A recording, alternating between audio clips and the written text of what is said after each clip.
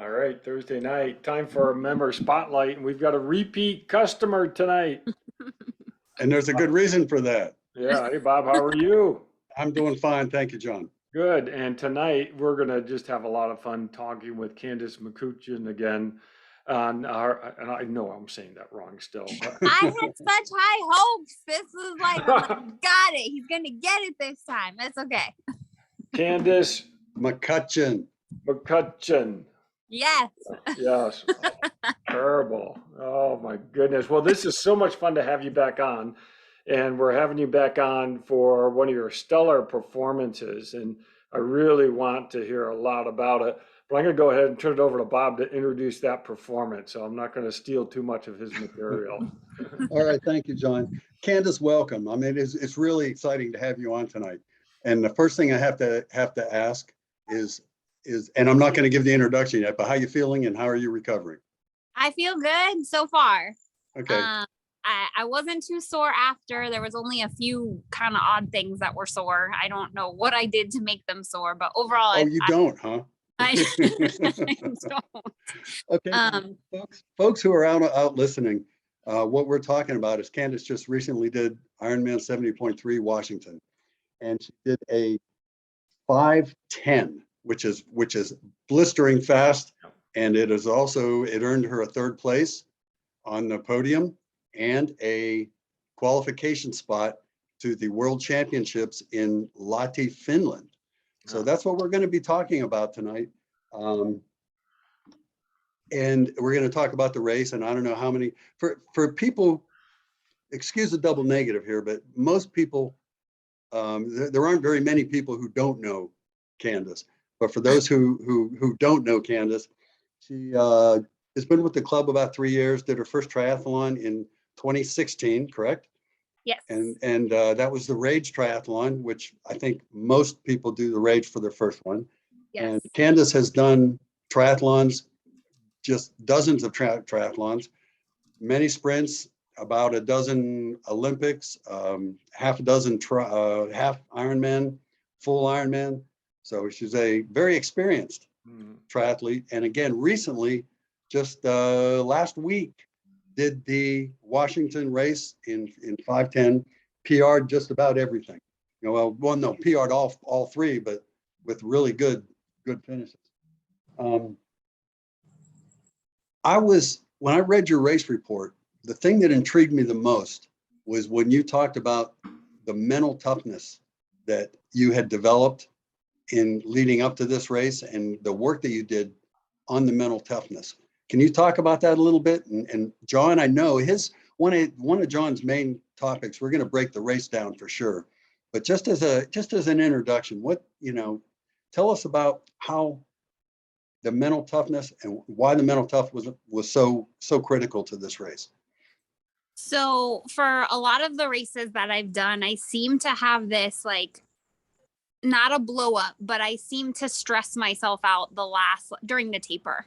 It just seems to kind of mess me up mentally. And then I am still trying to accept the fact that I am good at this sport. To me, this was something I did for fun. And so to hear somebody say, like, oh, she's really good at this or she's really good at that, like, I know I'm good at many things, but triathlon it's not really sunk in. So I'm very hard on myself. I would make excuses like, okay, well, yeah, I might have got first in my age group, like at a local race, but it's a local race, or so-and-so must have been sick, or maybe she didn't have, like, wasn't very good at giving myself the credit. And so my coaching, kind of group that I had mentioned, like, if you can get your mental thoughts right, it will help your race. Like, at some point, people are telling you that you're good at this, you're going to have to believe it.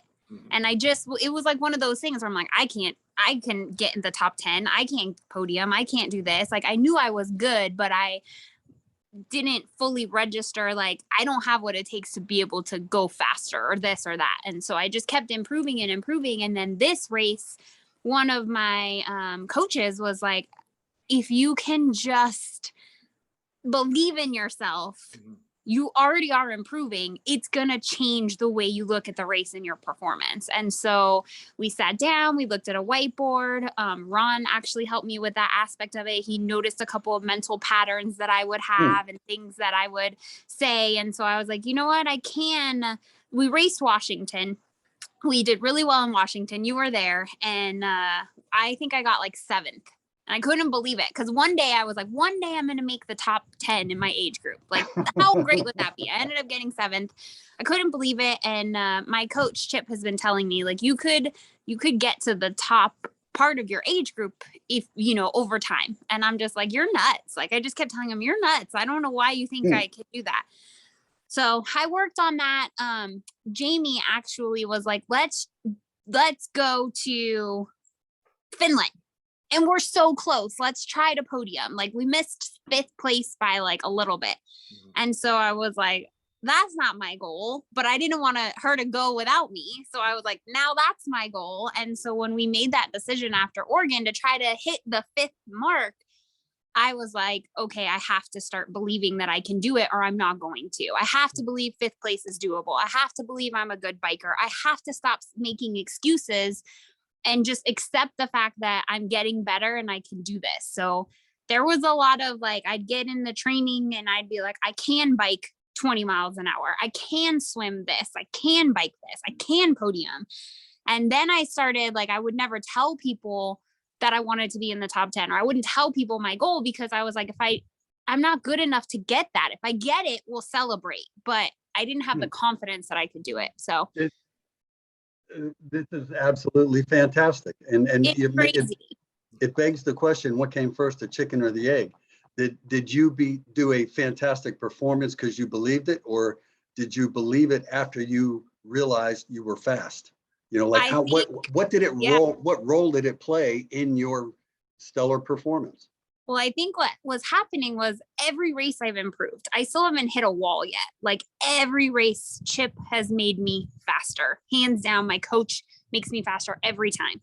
And so my mental part of it wasn't catching up to what was actually happening. Okay. And that was making me doubt myself and making me have more stress. So my mental health wouldn't be there. And then I realized how much energy I was spending stressing out. That's important. Good. And then I wouldn't recover right. And then I wouldn't. And like, this was the first race that I walked in to athlete check-in. And I was like, I deserve to be here. I've done everything. That makes me smile. And it was the first time I walked up to the day of race and I woke up and I'm like, I'm ready to do this. And that was the aspect of, I'm always ready. My coach is always telling me, you're trained, you're fine. I don't know if I can swim this. What do you mean you don't know if you can swim this? You've been swimming this for 6 months. So the fact that I was like, I can swim this, I will swim this, I will podium, I will make the top 5, I just had to tell myself that. And then once I started to believe it, and once I had a support system that was like, yes, you can do that, then it changed a lot. I was still improving. I still worked hard. I still improved on the bike and practiced and everything, but I didn't realize how much I was kind of doing to myself the couple of weeks before every race. So you started validating it yourself. Yeah, I just had to believe it. And that's fantastic. And actually that leads me, and John may have something on this, but my next question, you're leading right into it. You mentioned some really stellar coaches and people, and I was wondering if you would like to give them a shout out. And hold on, just to make sure you don't miss anybody. You mentioned, and I was writing this down. Chip Henry is outstanding coach. Rick Simpson, who you swam with, right? Yeah. Ron Gallagher got the mental game, and the strength game. He's got that going on. And Jamie Ray, your friend and workout partner, and then most importantly, you've got one stellar Sherpa in Paul. Yeah. So how about giving these folks a shout out? Yeah, Chip Henry has been with me since 2018. And he has just been great. I mean, he has taken care of my mental health. I had a big loss the couple of weeks before during my taper. I lost someone, and that was really hard. And he was so patient with me, and he just made everything okay. And he's been traveling. He's getting ready to do the Appalachian Trail. So he's been out of town for like months, and we usually train together. So he's been hiking to mountains to get service to check on me. He's been driving to service places to check my stats. And it's like, I know I say mentally I don't feel prepared, but I have so much confidence. He just prepares me every time, and I keep getting faster and faster. And Ron's been great. He's always handled my strength. That was something new that we just added within the last 2 years. So he's got to see me race a couple of times, and it's made a huge improvement. And he went out on a limb to talk to me about my mental health. And he said, listen, I've got some things that might help. I don't know if you're going to like what I have I don't to know say. if you want them, but here they are. And I said, give them to me, anything to make my life easier. And so he really helped breathe a lot of confidence into me. And then he has somebody new that is at his place that's like, he loves running. Ron loves running. So he's got a new guy, and he's like the biking king of what Ron does. So I started cycling with him a lot. And he started helping me because I was getting pain in my shoulder when I was riding. So he went out and came with me one time and was like, let's see what's happening with your riding. And they found, well, his name is Derek. He found like 10 things that I was doing during the ride to hurt the shoulder. So we tweaked my bike to fix my injury, and then was riding with me. And he is a phenomenal road cyclist. He lived in San Diego, so he's new here. And he's just taken up my site, helped me take my cycling up with like, he's like, why aren't you standing? I'm like, why would I stand? He's like, why are you holding your arm out like this? I'm like, what are you talking about? I'm not holding. He's like, why are you arrow? Like he was able to really help me with a lot of cool tips and tricks that road cyclists do that triathletes don't do. So he was a great asset. And then Jamie's just been great. I mean, she's been a great support system. She was my competition forever. And we decided to start training together, and it's great to train with people better than you, because then it forces you to get better. And Rick is just the best. He's like the most kind-hearted human I've ever met. He's helped me with my swimming so much. You and others. And it's just showing up to swim. And my husband, I could talk about him all day. He's incredible. Yeah. I like Paul. Yeah, he's great. Well, that's good. I love the fact that there were so many different, I don't want to call them small, but so many different aspects that have gone into, making you as fast and strong as you are. And that's important for a lot of people to hear. It's, it's like, there's more to this. And it's if you get 1% faster or 1% improvement in all of these dozens of things, you get a lot of improvement.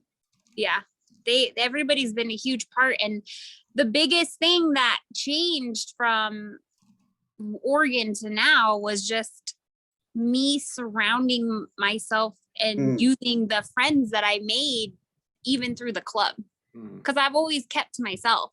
I've always rode by myself. I've always done all these things. And so it's been nice to like ride with you guys and mess around and joke around and meet some people at the Tri Club races who are trying to beat me now. And now I'm trying to beat them. And it's been really cool. I didn't realize how much the community through the Tri Club and the people, other triathletes, like they have helped me so much just make this fun and help me get better.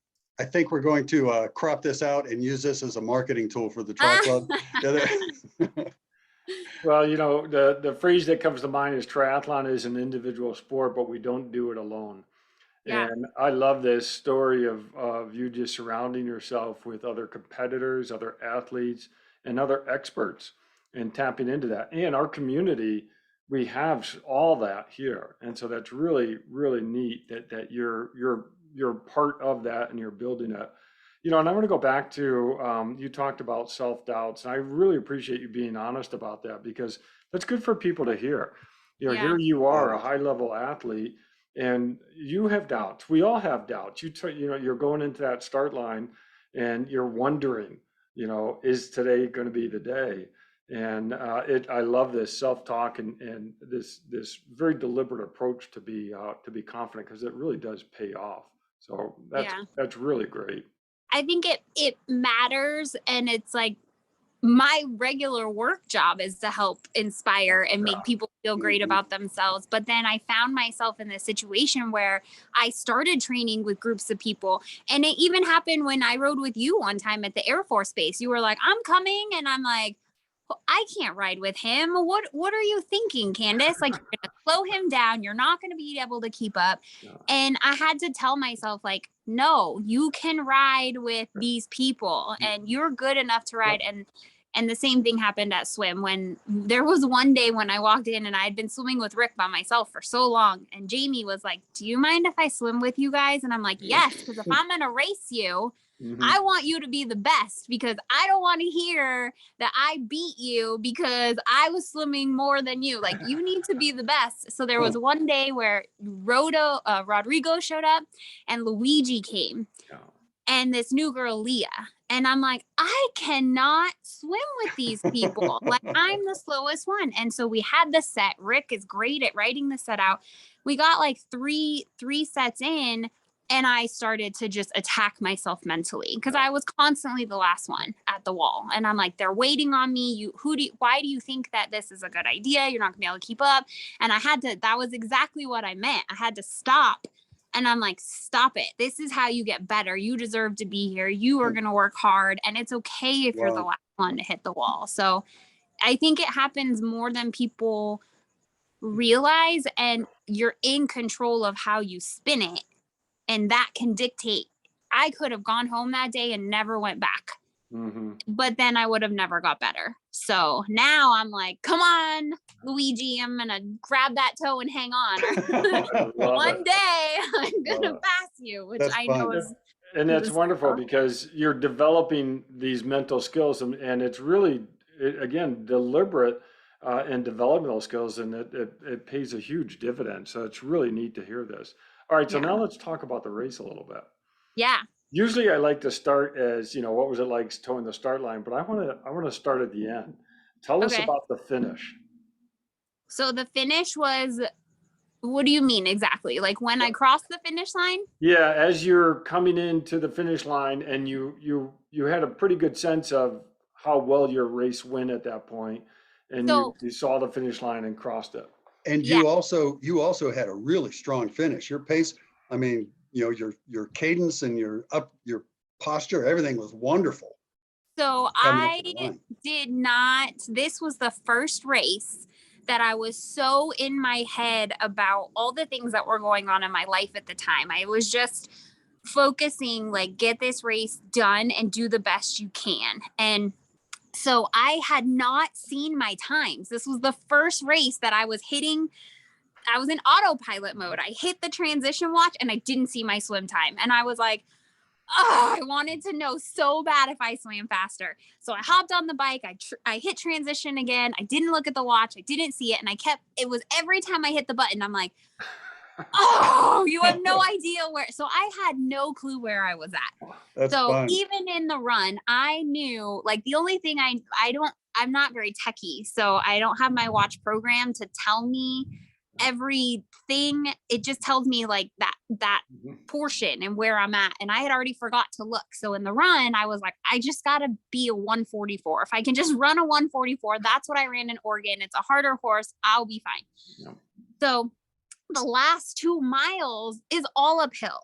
It's all uphill. And I was like, oh my God, I had to do a different strategy because normally I start slow, finish fast. This time it was, you had to start fast and pace the slow. So it was trail and there were pine cones everywhere and it was not an easy trail. So the last 2 miles, I think it's great that you said I looked great and strong, but I was ready to die. I was like, I'm over this. And it wasn't because anything hurt. My feet were just not used to running on trail. So I get up this ugly hill. And the whole time I'm like, Tony said this was flat. I'm never talking to him again. And I'm gonna strangle him. And I see this hill. And so I'm like, I got up to it and I'm like, here we go. And there was this guy there. And I swear he must have been like, I don't know. He seemed like he was 70. And he's just trekking along. And I'm like, maybe I'll just walk this hill. My watch shows that if I slow down, I'll still make 144. Like, I'll be fine. But he was punching it. And he's like, you're doing great. And I'm like, so are you. And so he was like, come on, let's go. And so we had like maybe a mile and a half left. And we got to the half-mile mark, and it's just this long sludge hill, and he gets a cramp, and I'm like, what are you doing? We have a half a mile left. You can cramp later. Let's go. And he's just laughing at me. So I finally made it to the crest of the hill, and that's where the finish line is. So when I got to the top, I was just so happy to be done running uphill. And then you see the finish line and you get excited. I looked at my watch. I still had, at that point, I hit a button and something else went to a different screen. So I'm like, I have no idea where I'm at. And so I just took off. Like I was so happy to be on flat. And I was so happy to be done, because emotionally and mentally, I was just exhausted. So the best part about this was I had been telling my son, he's 8. I have been telling him that I am 10 years old for the last 2 years. And he's not, he's only, second grade. So we've had this whole elaborate thing about how I'm only 10 and why Paisley's older than me and yada, yada, yada. So I'm running down, and they're like, coming from Las Vegas, Nevada, Candace McCutcheon, 39 years old. And you just hear him go, what? Mom's 39? And I just started laughing. And so that was the finish line. And then as soon as I finished, it just hit me hard. I lost my friend. He was my running buddy. And so I had talked to him a lot during that run, and I was like, just let's go. And so when I crossed the finish line, it was pretty emotional. And even then I stopped my watch, and I had no idea my time or my finish or anything. I stood there for a minute because I emotionally just had to get myself together. I was a little bit of a mess. Just everything that had happened over the last month just kind of hit me. And the fact that I completed the race had just hit me. And then I walked around, I grabbed my wet medal. I swear my watch took forever to load. And then it said time 5:10. And I was like, yes. And I was so happy with the 5:10, but I had no idea what place I'd done. And then I walked around, grabbed my food. Paul comes over and he's like, do you know how you did? And like the way he said it, I knew I was trying for top 5. Like that, I was trying for 5th place. And then I was like, I don't know. And he was like, you got 3rd. And I'm like, what? And he was like, 3rd. I'm like, are you looking at the right profile? Even then I was like, are you looking at the right profile? Did you update your tracker? Like, are you on the right race? And I couldn't believe it. That is awesome. I mean, what a great way to wrap up that race. I mean, it's neat to hear you talk about racing by feel. And I think that goes back to where Bob started, in your mental strength and having that ability to just continue to push, even though you don't know what place you're in, you don't know where your time is, but you're just going and you're just racing. And that is so cool to hear. Yeah, it was fun. All right. So now, surprise. What a nice surprise. It's like, you did well, you had a 5:10, and then the icing on the cake, and you're on the podium. Yeah. I think he goes, do you know? In a major race. Yeah. Well, it was the Tri-Club Championships. So that was the other part of it, is on the start line, there were all these incredible looking fit people. And I'm like, why did I pick this race? And then there was like, Zoot was there, and they had almost selected the top athletes throughout to fly in. And I'm like, and then I'm like seeing all these other runners. And so I'm like, she's in shape, and she's my age. And then I'm like, she's not my age. She has way less wrinkles. And then I'm like, oh, she's trucking. And I'm just like, what did these people eat for breakfast? Because I'm looking at my pace, and I'm doing a 7:45, 7:28. And I'm like, this is not a slow time. So how are these people blasting past me? Well, they weren't passing me, but they were ahead of me. And I'm like, they must have swam so quick. But as soon as Paul said, do you know how you did? I really, really wanted this race a better swim time. I consistently swim the same 42 minutes every time. So as soon as like, do you know how you did? I'm like, no, what did I swim? I just want to know what I was thrilled with my swim. And your swim was what, 37? 37. Wow. And here's the thing about the swim. It started off the whole thing because I put my swim cap on and I was like telling myself, you're going to swim a 40 and under. You're going to swim a 40 and under. Like I kept telling myself that. And I was like, anytime I'd start to self-doubt, I was like, no, you're swimming a 40 and under. And so I kept saying, reach out, no bobbing. And there was one other one. I don't remember what it was, but I had my 3 mantra. And then they had came on and the lake had been closed all month because there was an algae outbreak. So nobody was allowed in this lake. So when I swam in it the day before, they finally opened it and it was so strong with chemicals and it was so green. You couldn't even see your hand in the water. So the first trial swim was so slow. And I'm like, do not let that freak you out. Like, you're going to swim under a 40. So I stood in line at the 40. I made myself stand in line in the 40 line. I'm like, this is where you belong. This is what you're going to do. You're going to stand in line here. So I got in line and the whole time I'm like, I'm going to swim a 40. I'm going to swim a 40. I'm gonna swim a 40. And then they came on and they were like, the city wants us to remind you, do not drink the water. No matter what you do, athletes, do not drink the water. And I'm like, great. So then it was, don't bob, don't drink the water, reach out. And then my biggest thing was, if you're going to swim a 40, you have to swim straight. You have to swim straight today. So I heard somebody say, they always make you swim with your buoys on the one side. Mm-hmm. This race, halfway through the race, you had to switch. And there was like 3 buoys where the buoy had to be on the other side. So everybody was trying to figure out what buoys were they. Where do we switch? And it was super stressful when I was actually swimming, but somebody said it's because the lake is smaller. So they have to make you swim on the super outside to make the distance longer. So when I heard that, I was like, swim as close to the inside as possible. Strategically, you will hit your yardage or be under.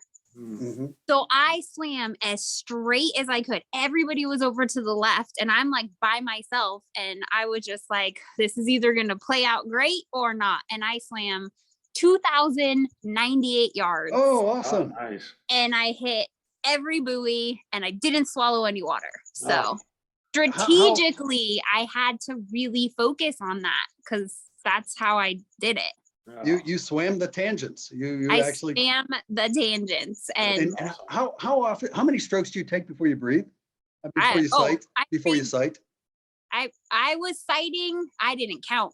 I just knew I had to swim straight, so I was sighted. You were sighting a lot. Yeah, I was sighting a lot, especially because I was by myself. I wasn't following anyone. Right. So, and then when I looked at my Strava, the line was like perfect. I was like, yeah. I was so happy. I couldn't wait to tell Rick, because there were so many little things that he had tweaked and helped me with. And, I did it. And it was not because I got lucky. It was not because the course was short. It was because I put in the work and I busted my butt and I used the techniques and I did what I needed to do. And you not only busted your butt, but you trained and raced smart. Yeah, exactly.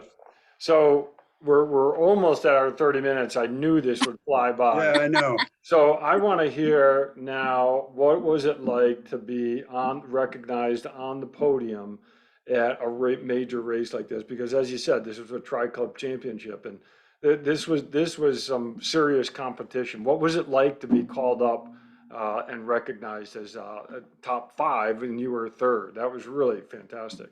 Yeah, that was fun. It was kind of surreal. I mean, I still hadn't processed everything. Mm-hmm. I was still thinking about everything else that was going on. And I was just so happy that I felt great, that I I did really well. I biked really smart. I ran really smart. Like I was so happy that all of the training that I did was exactly what it needed to be. And I had worked so hard, and I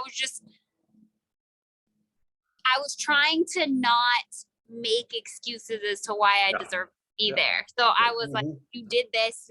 Third place is phenomenal. You went through a lot and you did it. And so it was neat to see all the other girls there. And I wanted to see what they look like. And I Yeah. was the shortest one and the only brown haired girl. And I was just like, this is just cool. And it was neat to know that, it was just cool. And they were all really good. They Yeah. were all really good. Well, I So bet you had the loudest cheering group. So I just bet that's the way it was. yeah. What does it feel like now that you realize, and you don't even probably I don't know if you're going to accept it or not, but you're an elite athlete. How's that feel? I'm working on it. Yeah. I'm All right. working on it. I feel like I'm definitely improving, and I still have more that I can squeeze out. Yep. But I only did this to have fun, and Yep. it's always been, let's get the most out of what I can do. Let's see what I can do. How fast can I go? Yeah. And I just keep getting faster. And so it's been fun. And Yeah. it's really fun now to have people to enjoy it with. And it's fun to be at races with people that I know and people that are fun. So it's I'm good. really glad you brought that point up about training with folks and the community and racing, because Yeah. there's a whole lot of us who are going, in that direction, and it's great Yeah. to hear somebody like you acknowledging that and how important it is. Yeah. And I think not being afraid of people that are better than you, and not being afraid of joining people that are better than you. Like they wouldn't invite you if they didn't want you there, So all you can do is benefit from it and learn from other people. And I think as long as I have the mentality, it's never been, this time it was about, let's try to get in the fifth place. Let's try to do, Finland. But every other time it's just been, let's do the best that I can do. And if that performance gets me where I need to be, then that's where it gets me. And so I'm excited to do, what the best I want to see what the best I can do. So that's kind of cool. I love it. And, obviously our theme for the club this year is enjoy the journey, and you embody that perfectly. And really, I got to believe that it doesn't matter what the place was. You were going to enjoy this race, and you were going to enjoy it because you did the best you could do. And wherever the chips fall, they fall. But I am really impressed with how you've done that, how you approach it. And yeah, I can see that finish with that other runner. I imagine he was quite motivated running with you, or trying to, because you just have that energy about you, and you really bring everybody up. So Candace, thank you so much for joining us and giving a little bit insight on how your race went. Yeah, thanks. I mean, I'm just glad to be a part of it. It's been fun, and I love the people I've been meeting along the way, and I'm excited. I love it. Yeah, and I got nothing to add. John said it very well. So thanks for coming on tonight, Candace. And congratulations again. Thank you. All right. Have a good evening. Thanks, everyone.